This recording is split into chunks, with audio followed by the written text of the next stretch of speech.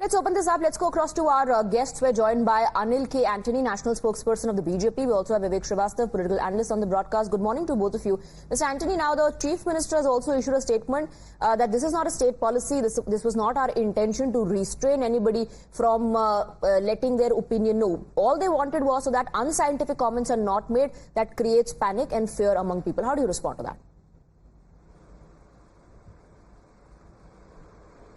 Thank you.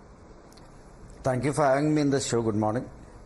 First of all, the Bharatiya Janata Party wants to make it very clear, and we find it very unfortunate that some of our India Alliance partners, the opposition parties, there is an echo. Could this... Excuse me. Okay. We'll try and fix that and come back to you. But Vivek Srivastava, the BJP has said that these are parties who raise the issue of constitution. They bring the constitution to the parliament. And look at what happens when there is an incident like this in Kerala. Questions being raised on the centre, nothing being raised on the state government, and at the same time a gag order being issued. Of course, there was a climb down, but only after the outrage that it caused. Yes.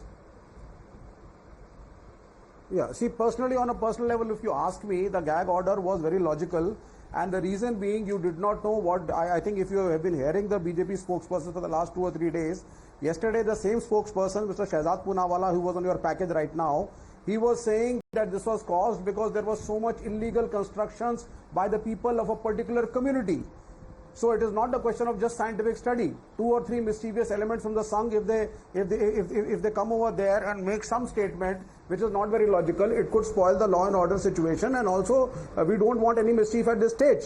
The relief is going on. If a research has to be done, let the central government and the state government have a committee with some good technocrats and scientists, and they can come and do it, and they will be doing it. That is very obvious. But at this stage, when things are in such a crucial stage, we don't want a war of words based on religious grounds, which had already started. Okay, that is the first point. So, I mean, it is not as if the Kerala government is trying to discourage. If your allegation as BJP is being notorious, why withdraw your order if it's logical, like you're saying?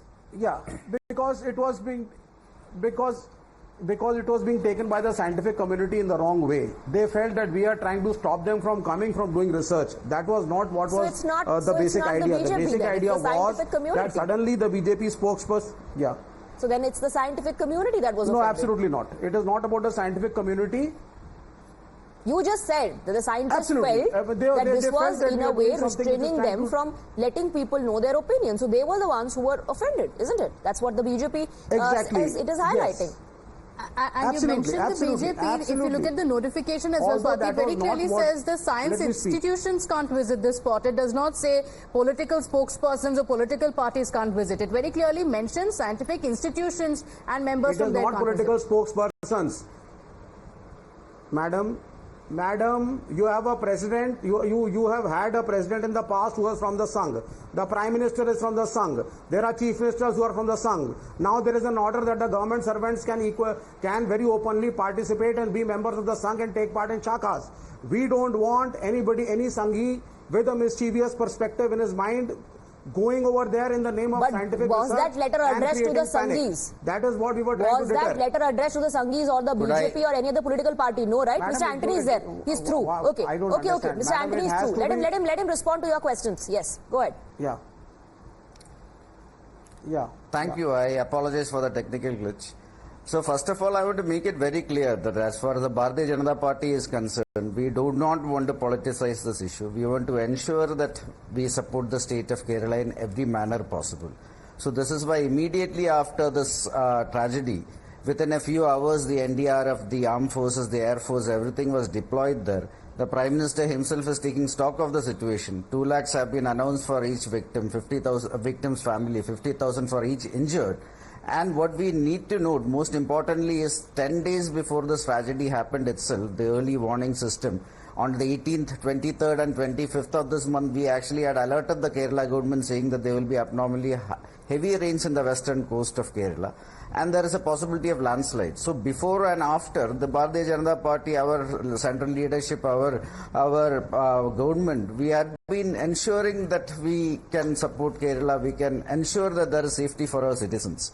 But sadly, there has been a lapse from Kerala state. There has been a lapse. Like I said, 10 days before itself, we had let the state know, but they didn't act on it.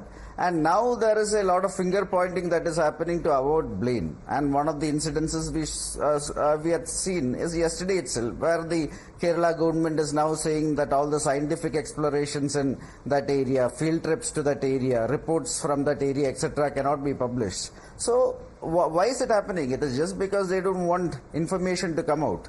And then right now, like my esteemed panelists keep saying, like, Sangi. Let me make one thing very clear, what is happening on the ground again.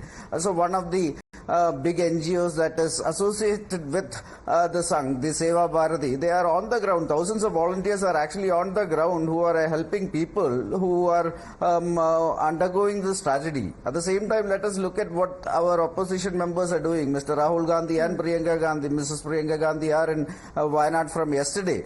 What are they doing? Right now, the NDRF, you have the armed forces, you have the army, everybody are there doing rescue operations. You take your whole security cordon, you take hundreds of cameras and go. And in the middle of the disaster, the India Alliance partners, especially the Congress party, they are doing their disaster tourism. So this is what is happening. And then you compare the two and saying that we don't want some people to be there. They are actually doing actual work on the ground. And Mr. Rahul Gandhi, after he spoke yesterday, while he was thanking people, Mr. Gandhi actually, after thanking many people there, he didn't even thank the armed forces who are actually doing the most commendable work on the ground. This is the attitude of the Congress party. And the other attitude you are seeing is from the left party, where they don't want information to come out. So this is the difference between the Bharatiya Janata Party and the Congress and the left. Represented the constituency, so two ways of looking at it. If you had not visited as well, the BJP would have raised questions. But Mr. Vivek Srivastava, the gag order clearly says science institutions can't make field visits, scientific community can't share opinions. This is a tragedy that has led to over 300 lives being lost. Are you saying that lessons should not be learned, that the scientific community should not go there and point out the violations, if any, and highlight them? No, absolutely not. Absolutely not. Absolutely not. No, I have already clarified. We are not against science and technology. We will be making our own committees. We invite the central government to participate in it and do it in a systematic way. But erratically sending people over there, that could be mischievous. The BJP for the last 3 days is saying that this landslide was caused due to the appeasement of the minority community. There were illegal constructions of a particular community. No, but illegal constructions, and that is why this happened. Are you saying that illegal constructions did not happen in Wayanad, in the ecologically sensitive zone? Are you also saying that the early warnings were ignored? Because that's what the centre is saying. That's what the Home Minister is saying on the floor of the House, that early warnings were given and they were ignored. The centre can say, I want Mr. Anil Antony to please on his Twitter account share the text of the early warnings. There were no early warnings. The only early warnings was heavy rains, stay indoors.